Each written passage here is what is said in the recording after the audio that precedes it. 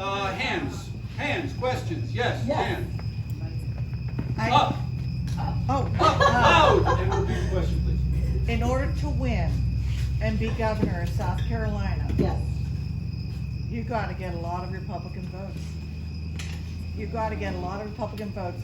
You gotta appeal to business people. I mean, I think the most of us here, we're transplants. So we aren't South Carolinians Right. to begin with. So I feel absolutely what you do. But the fact of the matter is, in order to win, you're gonna have to appeal to the other side of the aisle. Do you have a plan for that? Repeat that quickly. Okay, and she said, in order to win, I'm going to have to appeal to a lot of Republicans. I think you said I'd have to appeal to a lot of Republicans in order to win in the state, correct? No Republicans.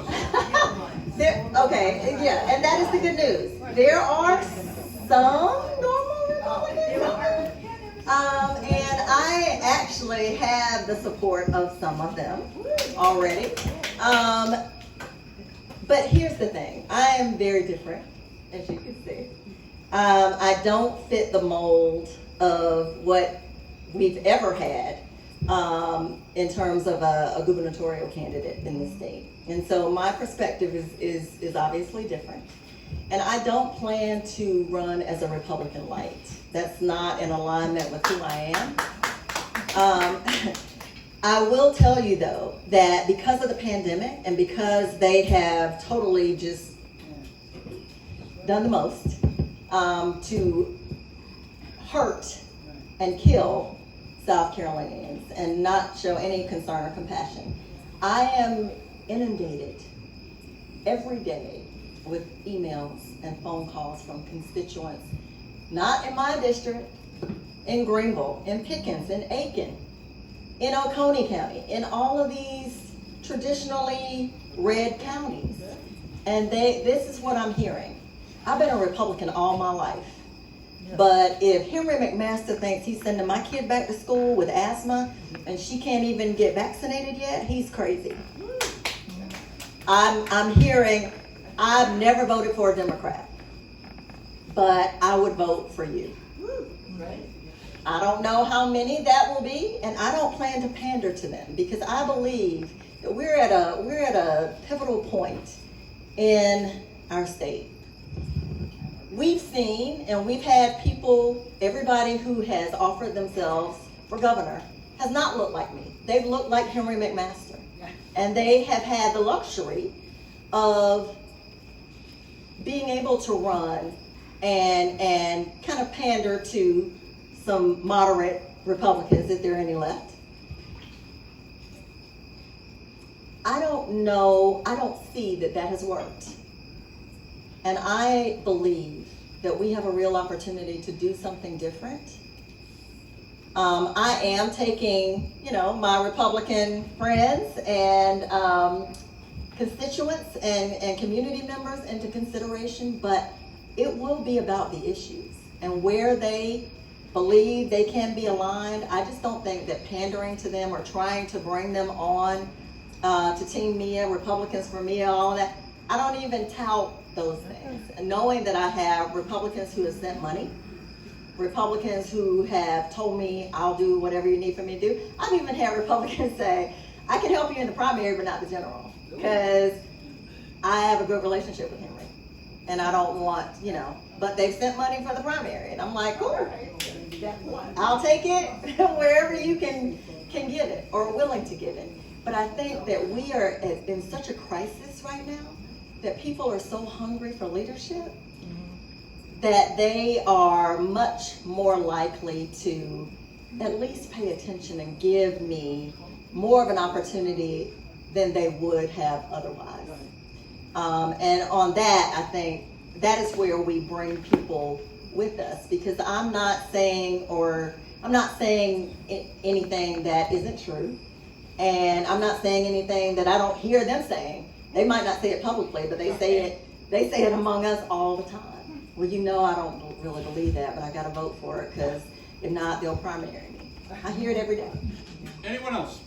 Yes, done. Yes. Dan. Am I correct in assuming that gerrymandering has no effect on the gubernatorial race? Gerrymandering, I think, has an effect on every race. I'm not sure what we are going to do this year. We're still in the beginning phases of the redistricting process, but I'm sure it probably will have an impact. I'm sure it probably will. Yeah. Next. Um, I'm sorry. But we will, mount legal challenges to whatever lines they draw. Yes.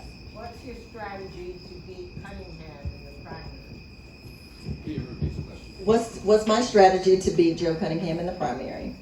So my strategy is this: to meet and talk with voters like you. I will and give them a choice, because that's what democracy is or should be, right? So I will make sure that every person that I meet, and even those that I may not have an opportunity to meet, they get to weigh my experience and qualifications against his. And I will put mine up against his any day. There are a few things that distinguish us, and I'll be brief. One is experience. Joe has no state government experience. I do, in the legislative branch and the executive branch, on both sides of the aisle. That's critical, especially now. Joe is not from here, and I realize that most of you are transplants, but it means that that to be from South Carolina means something, especially in a race like this, because I not only understand the dynamics and the culture of my state better than most. I was born and raised here. As a matter of fact, I have recently discovered that I'm a 7th generation South Carolinian. And so I am a true native daughter of this state. I love this state. I've contributed much. And the third thing would be where we stand on the issues. I think when people see that I have been a strong advocate and proponent of raising the minimum wage and making sure that Henry doesn't get to go around the state touting all of these tax cuts for employers, but doing absolutely nothing for the working people. Joe voted against raising the minimum wage. He has had some questionable votes when it comes to common sense gun reforms and some other areas. So I invite people. I want you to Google my name. I don't want you to just listen to what I'm saying. I want you to follow me and hear what I am about, who I am, and the things that I've championed, the things that I fought for and fought against. And like I said, I'm willing to put my experience and qualifications up against Joe or anybody else any day. All right, we'll take 2 more intelligent questions. Is it intelligent? If it's intelligent, I'm not getting up. Comment and a question.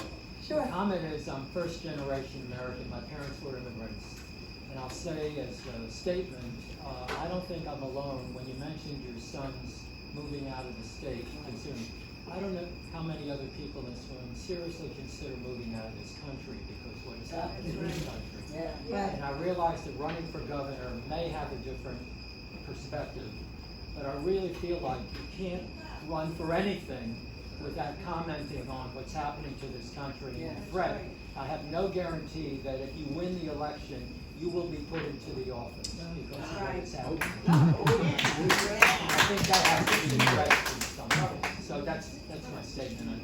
And I do have a question. You can respond. Sure. Okay. So Yeah, go ahead. the last part, you said you have no. I'm sorry, I was having trouble hearing you. You said No you had assurance that if you win the election, you'll actually end up in the governor's office. And I think that needs to be addressed somewhere along the way. Right. So, okay. So here's the thing. The Republicans have made no bones about it. They are willing to divide us on all the issues that they can. I mean, race, socioeconomic status,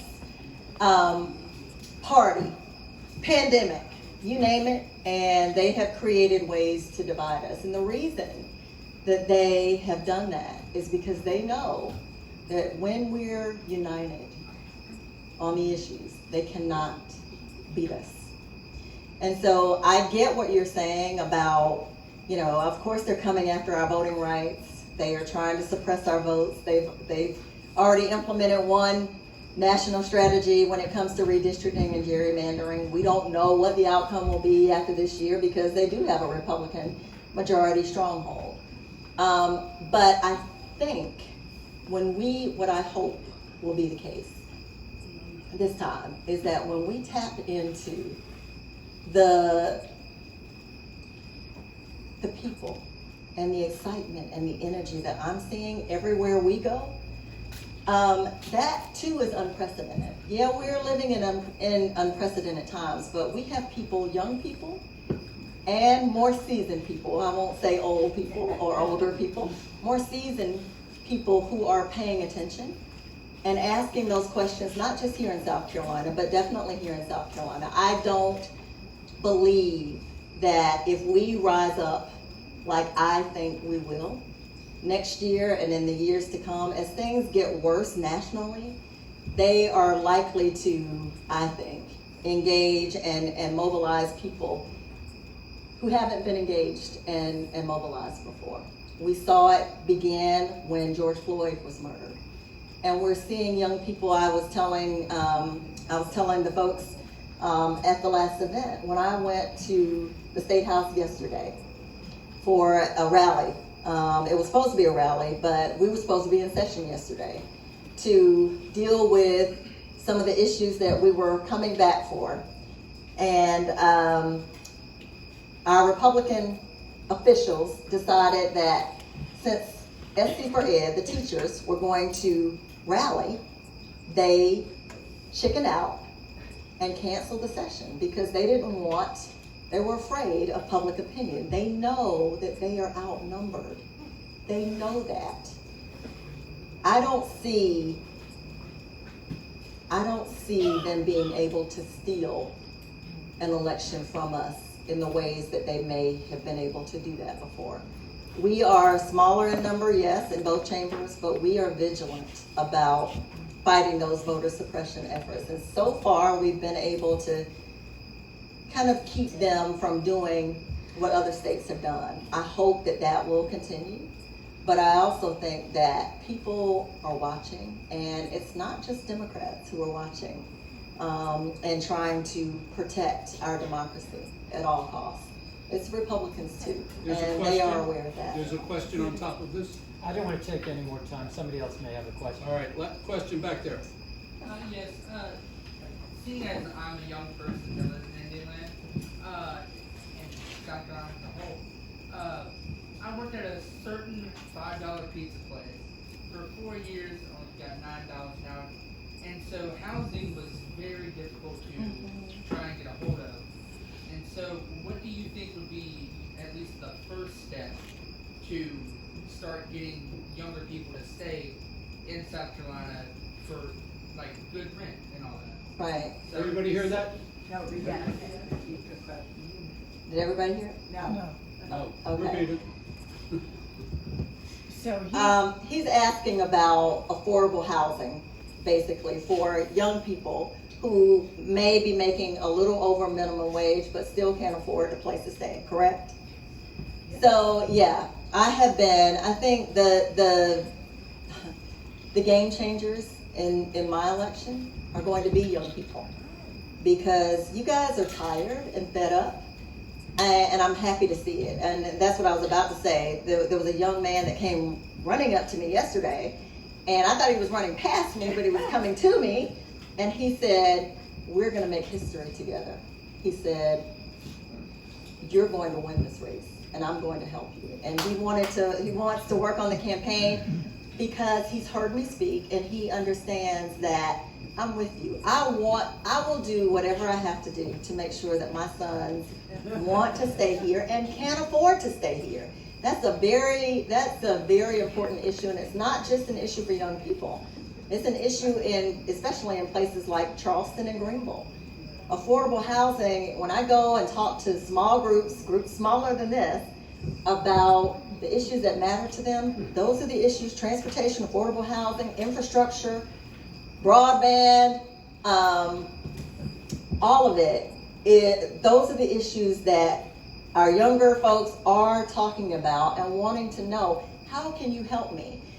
Would you be surprised to learn that in South Carolina, I don't know if you worked all of last year or whether you were unemployed and had to navigate that process with the Department of Employment and Workforce, but I had so many young people calling me, people who haven't even started their families yet. And they were calling me saying, hey, I need help. I can't pay my rent. I'm gonna get put out of my apartment if I don't get my unemployment. And how do I navigate this thing? And they're telling me one thing and I still haven't gotten my check. I need to be able to eat. I gotta have a place to stay. I mean, it was real for so many people. And I discovered, I'm telling you, when I tell you the things that this pandemic has disclosed to me, it's just unbelievable. We live in a state where if you make $50,000 a year and you become unemployed during a pandemic through no fault of your own, your weekly benefit amount is $326.